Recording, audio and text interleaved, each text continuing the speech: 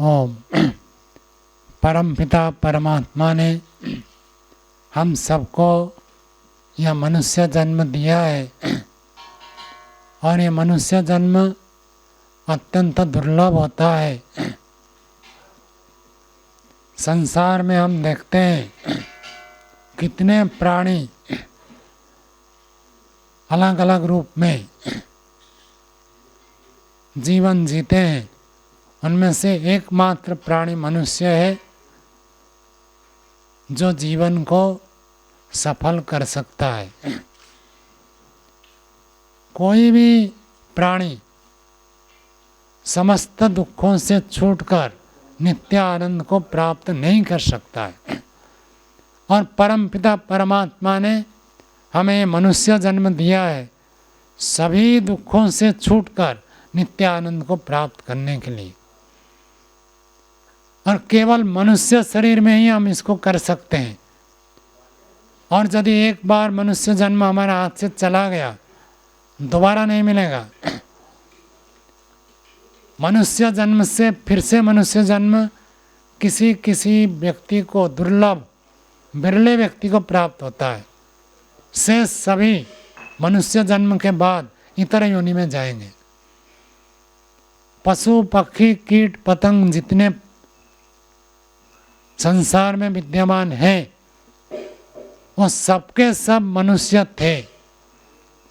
उनको भी ऐसे मनुष्य जीवन मिला था, उनको भी अवसर मिला था कि जीवन को सफल करे, जीवन को पूर्ण करे, जीवन को आनंदित करे, लेकिन इस अवसर का उन्होंने सदुपयोग नहीं किया।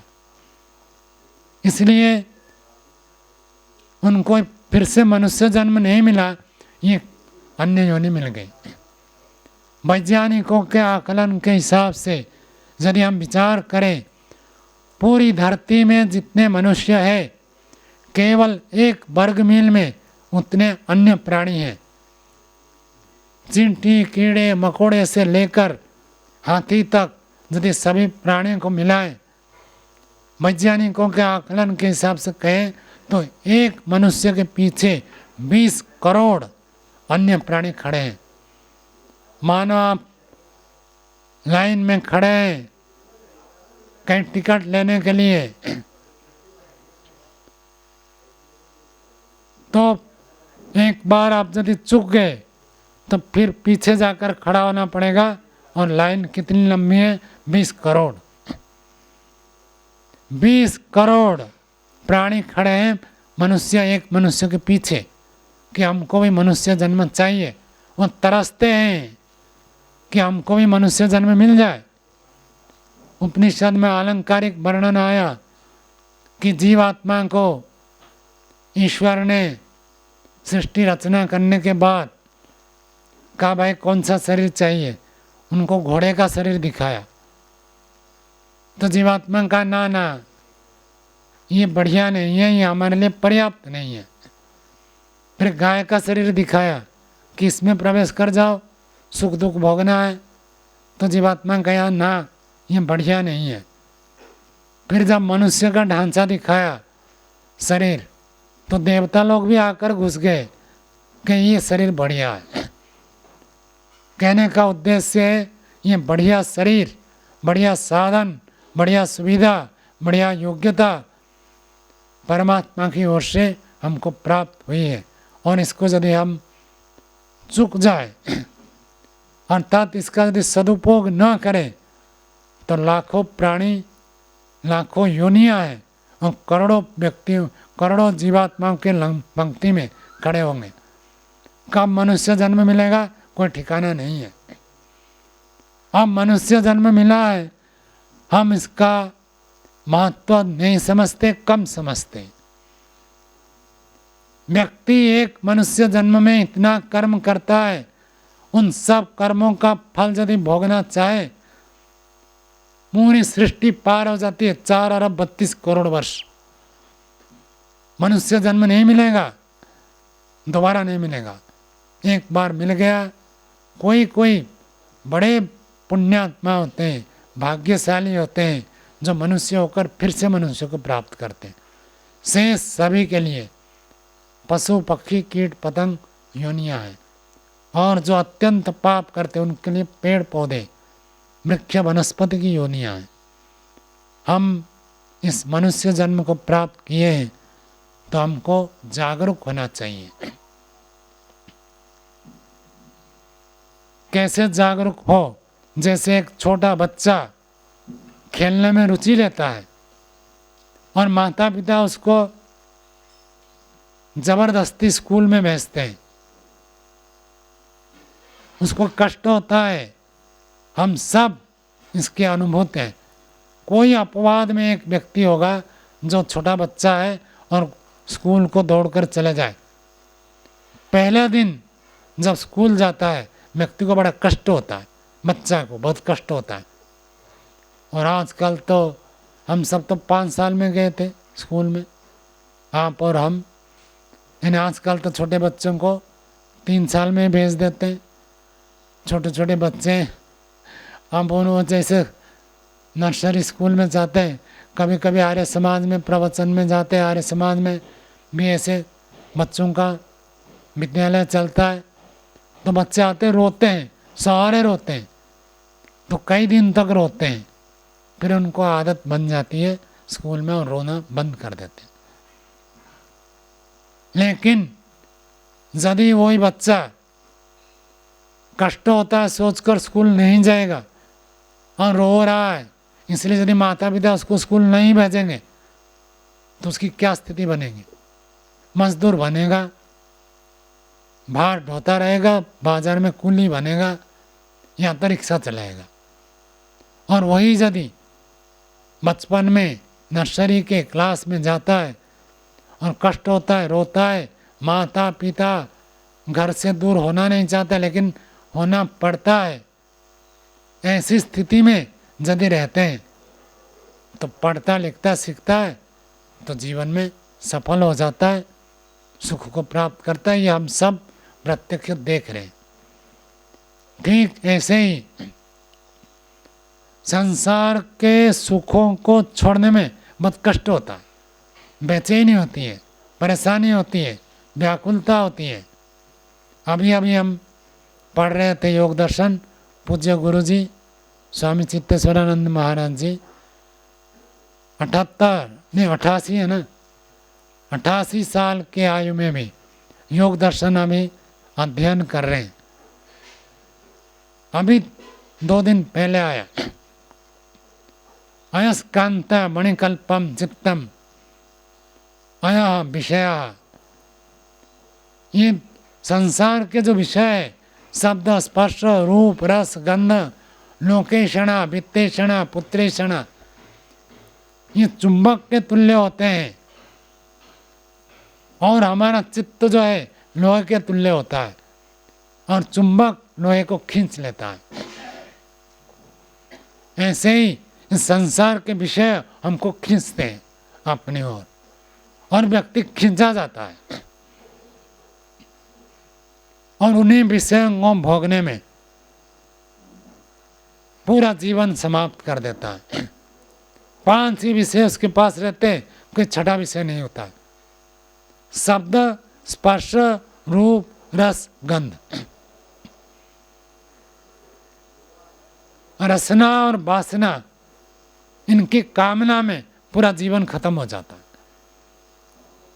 व्यक्ति का जीवन, मनुष्य जीवन केवल और रसना वासना की तृप्ति के लिए नहीं मिली है। इसके द्वारा हम समस्त दुखों को दूर करके नित्य आनंद को प्राप्त कर सकते हैं। और मान लीजिए कोई व्यक्ति करोड़ों रुपए अरबों रुपया कमा सकता है और वो 2 कौड़ी के लिए समय लगा रहा है, तो उसको आप बुद्धिमान कहेंगे, मूर्ख कहेंगे।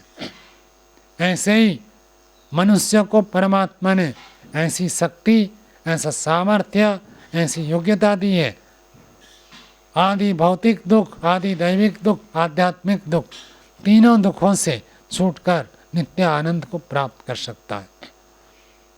उसके लिए पहले व्यक्ति को उस लक्ष्य के बारे में पता होना चाहिए कि लक्ष्य क्या है। जीवन जैसे हमको प्राप्त हुआ है, इस जीवन को एक यात्रा के रूप में बताया जाता है। तो यात्रा करते तो कोई ना कोई डेस्टिनेशन होता है, कहीं ना कहीं पहुंचना होता है, पहुंचने की बिंदु होती है, वहाँ तक हमको जाना है। जन्म लिया, खाया पिया, भोग किया और फिर जीवन खत्म कर दिया, पहुँचे कहाँ, कहाँ जाना था? क्या मृत्यु जीवन का लक्ष्य हो सकता है? जो अज्ञानी है, मूर्ख है, वो कह सकते हैं कि पढ़ने से भी मरेंगे, ना पढ़ने से भी मरेंगे, यदि मरना है तो क्या करना है। लेकिन परमात्मा ने मरने के लिए जीवन नहीं लिया है। मरना तो पशु पक्षी को भी होता है, और मनुष्य होकर भी यदि पूरा जीवन जीकर अंत में मृत्यु ही लक्ष्य हो तो मनुष्य जीवन का क्या उपयोग है? आज तक कोई बंदर अपने घर नहीं बनाया। चिड़िया घोंसला तो बना देती है, लेकिन घोंसले में 12 महीने नहीं रहती।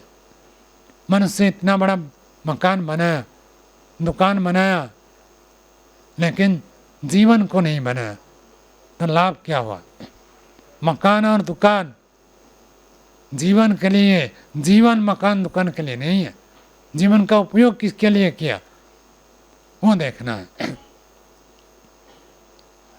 ऋषि लोग कहते हैं, यदि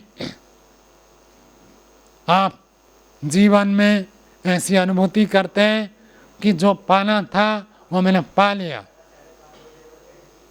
पाने योग्य मेरे लिए कुछ भी शेष नहीं है, पूरा तृप्त हो गया, छक गया, हरियाणा की भाषा में, तब आपका जीवन सफल है। आप में से कोई नहीं कह सकता है कि मुझे जो पाना था मैंने पा लिया। एक योगी कह सकता है, एक आध्यात्म के शिखर पर चढ़ा हुआ व्यक्ति कह सकता है, जो मुझे पाना था वो मैंने पा लिया। एक ऋषि कह सकता है। तो वो स्थिति हम भी प्राप्त कर सकते हैं। हमारे पास भी वैसे ही आँख, नाक, कान, हाथ, पैर और दिमाग ईश्वर ने दिया है जो ऋषियों के पास है, और हम उस स्थिति में पहुंच सकते हैं कि जो पाना था मैंने पा लिया और पाने योग्य कुछ शेष नहीं रहा। और यदि उसी स्थिति को पहुंच गए तो आपका जीवन सफल है, और यदि नहीं पहुंचे तो ऋषि लोग कहते हैं महती विनष्टि।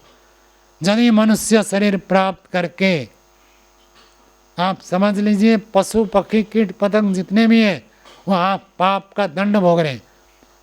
पाप का जैसे ही उनका खत्म होगा, जेल किसको 5 साल, किसको 10 साल, किसको 15 साल होता है, तो उसके बाद छूट जाते हैं, फिर आते हैं। ऐसे ही पशु पक्षी सब जेल में हैं, और जैसे ही वो छूटेंगे फिर मनुष्य जन्म आएंगे। उनको मनुष्य जन्म फिर मिलेगा जब पाप खत्म हो जाए। कब मिलेगा नहीं कह सकते, मिलेगा जरूर, लेकिन जब मनुष्य है उनको मनुष्य जन्म मिलेगा। दोबारा कब मिलेगा वो भी ठिकाना नहीं है। तो इस मनुष्य जन्म को प्राप्त किए हैं तो प्रभु की प्राप्ति के लिए ये जीवन मिला है। और जो प्रभु को प्राप्त कर लेता है वो कहता है जो मैंने पाना था पा लिया, और कुछ पाने की योग्य नहीं है। जो जानना था, जिसको जानना था मैंने जान लिया। संसार में फिजिक्स, केमिस्ट्री, मैथमेटिक्स, इतिहास, भूगोल, खगोल, प्राणी विज्ञान, उद्भिद विज्ञान कितना भी है, और कुछ मुझे जानने की ज़रूरत नहीं है। जो जानना था मैंने जान लिया। और वही व्यक्ति कहता है जो करना था मैंने कर लिया, करने योग्य मेरे लिए कोई काम बचा नहीं है। आप नहीं कह सकते कि जो करना था मैंने कर लिया। हर व्यक्ति को लगता है, अभी आज आप गुरु पूर्णिमा के लिए आए हैं, गुरु पूर्णिमा पूर्ण होते ही आप भागेंगे। क्यों भागेंगे? क्योंकि काम बाकी है, घर में है, दुकान में, कहीं ना कहीं काम बाकी है। और ये बाकी कब तक रहेगा? बना ही रहेगा, खत्म होगा ही नहीं। इस जन्म में नहीं, अगले जन्म में नहीं। यदि हमने परमात्मा को जान लिया, प्राप्त कर लिया, तो हम कह सकते हैं जो करना था मैंने कर लिया, और करने योग्य मेरे पास कुछ नहीं है। ऐसे आचार्य विद्वानों को हमने सुना है जो कहते हैं आज मृत्यु हो जाए तो मुझे कोई अफसोस नहीं होगा कि ईश्वर ने मनुष्य जन्म दिया था और मैंने कुछ किया नहीं। वो 18 घंटे दिन में परिश्रम करते, पुरुषार्थ करते, एक क्षण के लिए आलस्य नहीं करते, वो व्यक्ति कह सकता है जो मैंने करना था वो कर लिया। तो हम सब उस महान स्थिति को प्राप्त कर सकते हैं। उसी के लिए मनुष्य जन्म मिला है, उसी के लिए हम इस सत्संग में आए हैं और उसी लक्ष्य को जीवन में धारण करें और आगे बढ़ें। इतना कहकर वाणी को विराम देता हूँ। ओम सम।